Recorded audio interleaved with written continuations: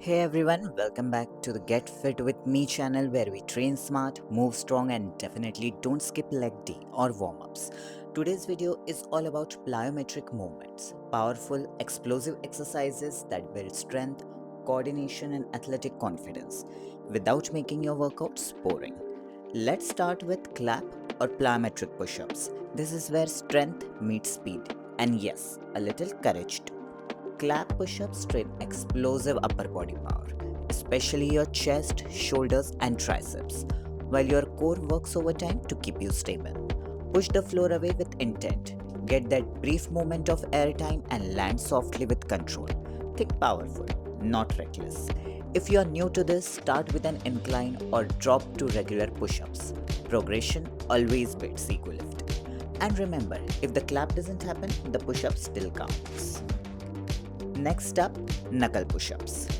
This variation isn't about looking hardcore. It actually helps improve wrist stability while putting extra focus on your chest, shoulders, and core. Keep your knuckles aligned, core tight, and body in one straight line. No sagging, no piking, and no dramatic pauses unless you're posing for the camera. Control the movement, push the floor away, and stay explosive but clean.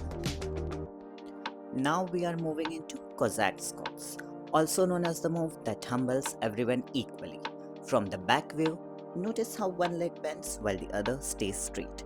This helps improve hip mobility, abductor strength, and overall lower body control. Things most of us don't train.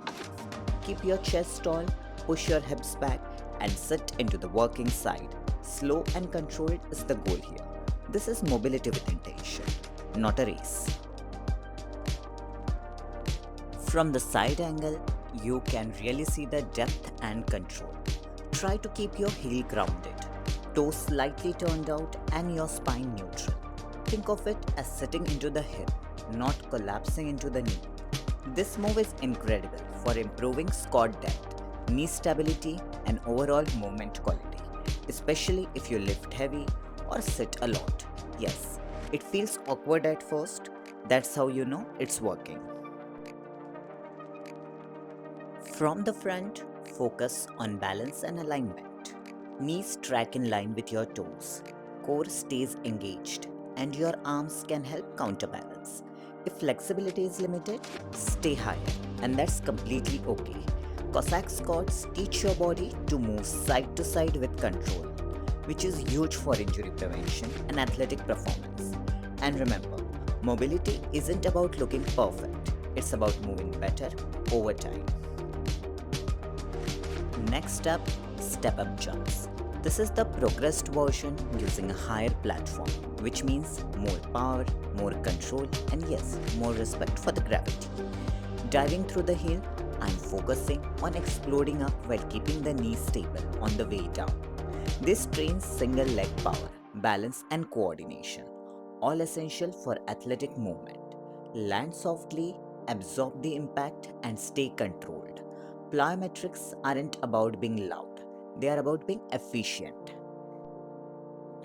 This here is the regression. Lower step, same intent. Perfect if you're new to plyometrics. Coming back from a break, or just choosing smart movement over ego today. The mechanics stay the same. Strong push, soft landing, steady balance. Lower height simply reduces impact while still building power. Next up, wall throws with the ball. Simple, powerful, and surprisingly humbling. Here I'm using a 2.5 kg ball and throwing it straight from chest level onto the wall, then catching it back. This movement focuses on upper body power, especially the chest, shoulders, triceps, and challenges your core to stay stable while the arms do the work. Stand tall, keep your ribs down, and throw the ball with intent. When you catch it, absorb the impact softly. Don't let it pull you forward.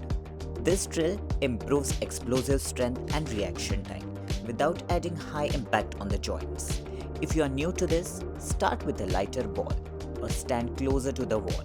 Control always comes before power.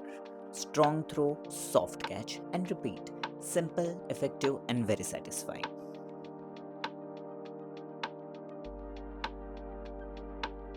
Same movement but heavier ball.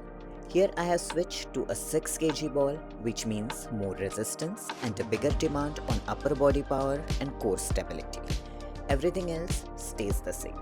Chest level throw, strong push and a soft controlled catch. The weight increases but the technique doesn't change.